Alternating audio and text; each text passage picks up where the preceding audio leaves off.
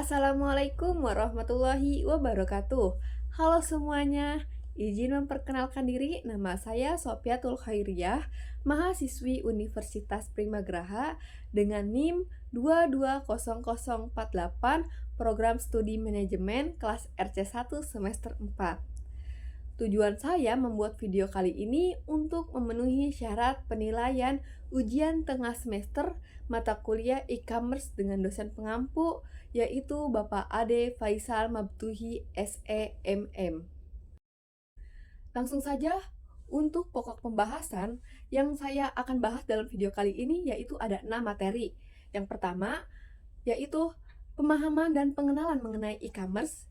Yang kedua, sejarah dan perkembangan e-bisnis dan e-commerce di Indonesia. Yang ketiga, hubungan e-bisnis dan e-commerce. Yang keempat, sistem informasi manajemen e-commerce. Yang kelima, langkah-langkah membangun bisnis e-commerce. Dan yang terakhir, yaitu yang keenam, teori plan behavior dalam penerapan e-commerce. Untuk materi yang pertama, yaitu pemahaman dan pengenalan mengenai e-commerce. Pernahkah kalian semua berbelanja online?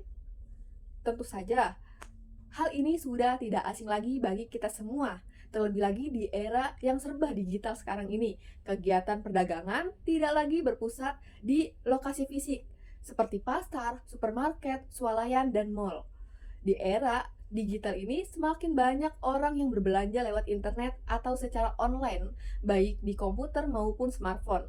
Nah, toko online untuk berbelanja tersebut dinamakan dengan e-commerce. Jadi, itu merupakan sedikit gambaran ya, teman-teman, mengenai pengertian e-commerce. Jadi, dapat disimpulkan nih bahwasanya e-commerce sendiri adalah kegiatan jual beli barang atau jasa melalui media elektronik, terutama internet.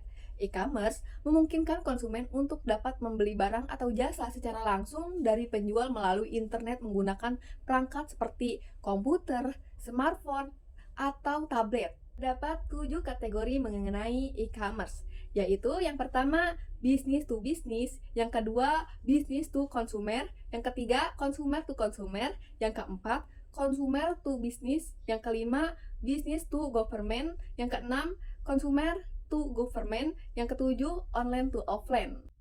Untuk yang pertama, business to business atau biasa disebut dengan B2B, merupakan transaksi di mana produk atau perusahaan akan khusus dijual di pelanggan yang juga berbentuk perusahaan.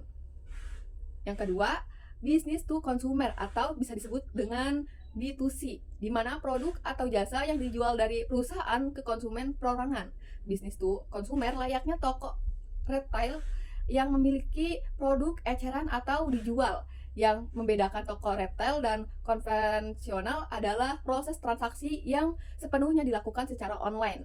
Yang ketiga, consumer to consumer atau biasa disebut dengan C2C, merupakan jenis e-commerce yang meliputi setiap elektronik, barang, atau jasa antar konsumen. Umumnya, transaksi ini dilakukan oleh pihak ketiga yang menyediakan platform atau portal atau website jual beli. Platform tersebut berfungsi sebagai pelantara di mana penjual dapat langsung menjual barang ke pembeli. Yang keempat, consumer to business atau biasa disebut dengan C2B, adalah transaksi penjualan dari konsumen ke perusahaan. Salah satu contohnya adalah konten kreator yang menawarkan karya tulisnya kepada perusahaan tertentu. Yang kelima, business to government atau biasa disebut dengan B2Z, adalah sejenis e-commerce yang menjual produk atau jasa kepada lembaga pemerintah. Umumnya pihak penjual akan menawarkan beberapa produk yang dibutuhkan untuk operasionalisasi dan proyek pemerintah. Yang keenam, consumer to government atau biasa disebut dengan C2Z, merupakan proses transaksi elektronik yang dilakukan oleh individu kepada lembaga pemerintah, seperti contohnya membayar pajak atau iuran BPJS. Jenis bisnis B2Z atau C2Z mempunyai tujuan yang sama, yaitu meningkatkan efisiensi atau kemudahan penggunaan layanan pemerintahan dengan dukungan teknologi dan informasi.